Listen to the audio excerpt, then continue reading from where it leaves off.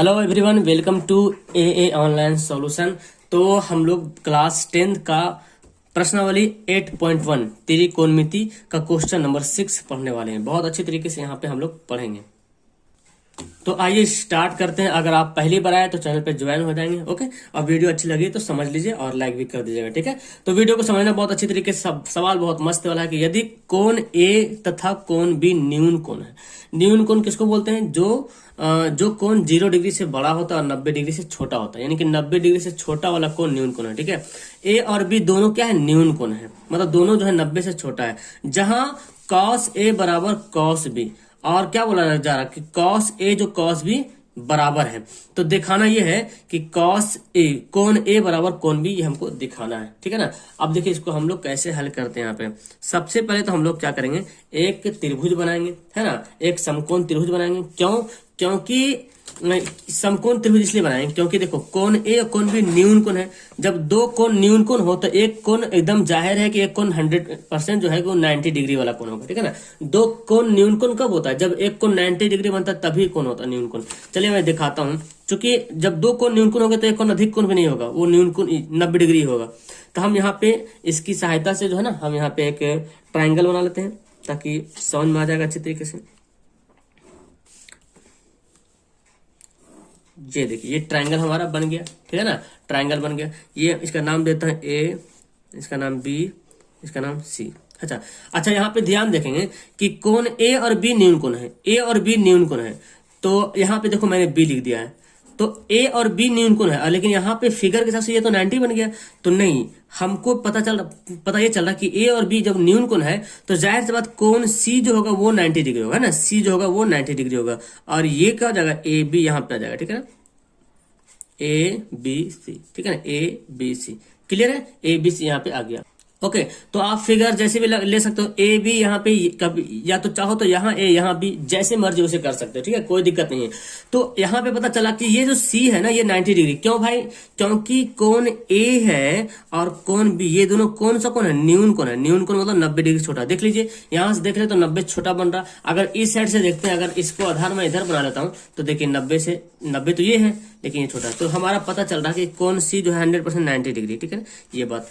अब मैंने आपको बताया था, यहाँ पे ध्यान से देखेंगे। अब यदि मैं कोण ए लेता हूं, यदि कोण ए लेता हूं तो इसके जस्ट सम्मुख जो भुजाएं होती है, इसके सम्मुख भुजा यानी कि इसके सामने वाली जो भुजा होती है वो क्या कहलाती है? वो लंब कहलाती है। ठीक है ना। और बाकी एक उसके बगल में जो आसन्न भुजा है, जो बगल में सटा हुआ भुजा, उसको बोल रहे हैं ये क्या? आधार बोलेंगे। जब एक लंब तो एक आधार हो जाएगा। अब कर्ण जो है ये हमेशा कांस्टेंट है, ये चेंज नहीं होता है। कर्ण बदलता नहीं। कर्ण ऑलवेज हमेशा जो है ना वो दोनों भुजा के स्क्वायर के जोड़ के बराबर के स्क्वायर होता है। ठीक है ना। तो कर्ण हमेशा एक जगह रहेगा, कर्ण चेंज नहीं होता। ये तो आपको पता होना चाहिए। बाकी कोण के हिसाब से, थीटा के हिसाब से ये हमेशा चेंज होते रहता है। अगर ए लेंगे तो ए के लिए लंब बीसी बन जाएगा और आधार एसी बन जाएगा। अगर कोण बी लेंगे तो बी के लिए लंब एसी बन जाएगा और आधार बीसी बन जाएगा। ठीक है ना, ये आपको याद रखना है। तो चलिए यहाँ पे दिया हुआ क्या है, हम फिगर बना लेंगे। फिगर बनाना बहुत जरूरी है। फिगर आप बना लीजिए, जब भी सवाल है ना तो फिगर बना लीजिएगा। ठीक है, तो इसको इस साइड बना लीजिएगा तो और अच्छा होगा। देखिए दिया क्या है सवाल में, दिया है कि क्या दिया हुआ? देखो कॉस ए जो है वो बराबर है कॉस बी का, है ना। कॉस ए कॉस बी के बराबर है, ये तो दिया हुआ है कि कॉस ए जो है वो कॉस बी के बराबर है। इतनी बात पता है। अब देखो यहाँ पे ध्यान देते, देखो कॉस ए का वैल्यू अगर हम लिखना चाहें तो क्या लिखेंगे? हालांकि आपको फॉर्मूला पता है ना, मैंने आपको बताया था फॉर्मूला क्या होता है इसका, LAL, है ना। इस तरह से मैंने आपको बताया था। ये देखिए LALKKA, है ना। लाल कक्का याद कर लीजिएगा। Sin cos tan cosec sec cot. ठीक है ना। सैन बराबर लंब बटा कर्ण, कॉस बराबर आधार बटा कर्ण, टैन बराबर लंब बटा आधार। इस तरह से इधर कॉसेक है तो कर्ण बटा लंब, सेक बराबर कर्ण बटा आधार, कॉट बराबर आधार बटा लंब। ये आपको याद होना चाहिए। जब भूल जाइएगा तो इसी को याद कर, लाल कक्का हमेशा याद रहेगा। ठीक है ना। तो कॉस बराबर क्या हो जाएगा? सैन को कॉस है तो आधार बटा कर्ण, यहाँ पे बैठा लीजिएगा सैन कॉस टैन, आधार बटा कर्ण। तो आधार बटा कर्ण यहाँ पे देख रहे हैं तो कॉस ए। अब ए जब है तो यहाँ पे हमारा कौन है, और इसके जस्ट सामने वाला भुजा ये बन गया हमारा क्या? लंब बन गया। और एसी क्या हो गया? आधार हो गया। और कॉस बराबर का था आधार बटा कर्ण, मतलब आधार कौन है? ए के लिए जब लेते हैं, ए के लिए जब लेते हैं तो आधार कौन होता है? बोलो, आधार हमारा एसी बनेगा। आधार बटा कर्ण, तो कर्ण तो हमेशा कांस्टेंट ही है, क्योंकि लंब तो नीचे है ना, लंब तो नीचे है। फॉर्मूला क्या होता है, कॉस ए बराबर आधार बटा कर्ण होता है। तो आधार मैंने लिख लिया एसी, और कर्ण क्या है, देखो कर्ण ए बी है, तो कर्ण यहाँ पे ए बी मैंने डाल दिया, ठीक है ना। फिर देखिए कॉस बी, अब बी का जब बात करते हैं, कौन बी का बात कर रहे हैं, तो बी के जस्ट सामने वाली भुजा ये क्या हो गई, लंब हो गई, और ये हो गई आधार, ठीक है। बी जब लेंगे ये कौन लेंगे, तो ये हमारा लंब हो जाएगा और नीचे वाला बनेगा आधार। और जब ये लिए थे तो ये हुआ था लंब और ये हुआ था आधार। कर्ण हमेशा बराबर है, ठीक है ना, कर्ण हो जाएगा। तो कॉस बी के बराबर जब देखते हैं तो आधार क्या हमारा बीसी है, बोलो, है ना।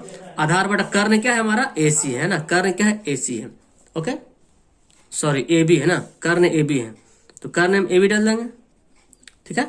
तो कॉस बी के लिए जब यहाँ पे गए तो ये लंब हो गया, ये आधार हो गया, तो आधार बटा कर्ण, ये आधार बीसी है, कर्ण क्या है, एसी है, सॉरी ए बी है, कर्ण क्या है, यहाँ से आता ये ए बी है और ये आधार है। उसका हम अगर ये जो बराबर हुआ तो ये बी से बी क्या हो जाएगा, कैंसिल हो जाएगा, बी से बी जो है वो कैंसिल हो जाएगा। तो क्या बचेगा, AC बराबर BC, यानी कि AC और BC क्या हो जाएगा, बराबर हो गया। मतलब कि AC वाला भुजा और BC वाला भुजा जो आपस में क्या है, बराबर है। जब आपस में बराबर है तो BC के जस्ट सामने वाला कौन कौन होगा, A होगा, और AC के सामने वाला कौन कौन होगा, B होगा, ठीक है ना। जब भुजा बराबर होती है तो उसको कोण भी जो सम्मुख कोण जो है तो बराबर होता है। ऐसे त्रिभुज में पढ़े होंगे आप कि यदि 9 क्लास में पढ़े होंगे, यदि किसी त्रिभुज की दो भुजाएं, दो आसन्न भुजाएं बराबर हो तो उसके जो सम्मुख भुजा जो है ना, सम्मुख कोण जो है बराबर होता है। जब दो भुजा बराबर तो उसके सम्मुख कोण बराबर होगा, और जब दो कोण बराबर होगा तो उसकी सम्मुख भुजाएं भी बराबर होगी। ये तो बात आप जानते हैं, थ्योरम भी है। तो इसलिए हम यहाँ पे क्या कर सकते हैं, जब AC है तो AC के लिए कौन कौन सा कोण बनेगा, AC है तो AC के सामने वाला कोण ये B है, तो कोण B, और BC है तो BC के सामने वाला कोण कौन सा बनेगा, BC के सामने वाला कोण A बनेगा, तो कोण, या तो हम इसको ऐसे बोल सकते हैं, कोण A जो है वो कोण B के बराबर है ना। ये हमारा क्या हो गया, प्रूव्ड हो गया, सिद्ध हो गया, ठीक है। बस इतना ही करना था, तो बहुत ही आसान सा सवाल था, है ना। आप इसको अच्छी तरीके से देख लीजिए, और एक बार अगर नहीं बार समझ में आया तो फिर से देख लीजिए, है ना। और बहुत इजी सवाल है। इस तरह से आपको नेक्स्ट वीडियो हम डेली 12 बजे डेली, है ना, आप याद रखें 12 PM को डेली जो है सब्जेक्टिव क्वेश्चन मैं अपलोड करूंगा, आप उसको जरूर देख लेना, okay. That's all, thank you everyone, bye.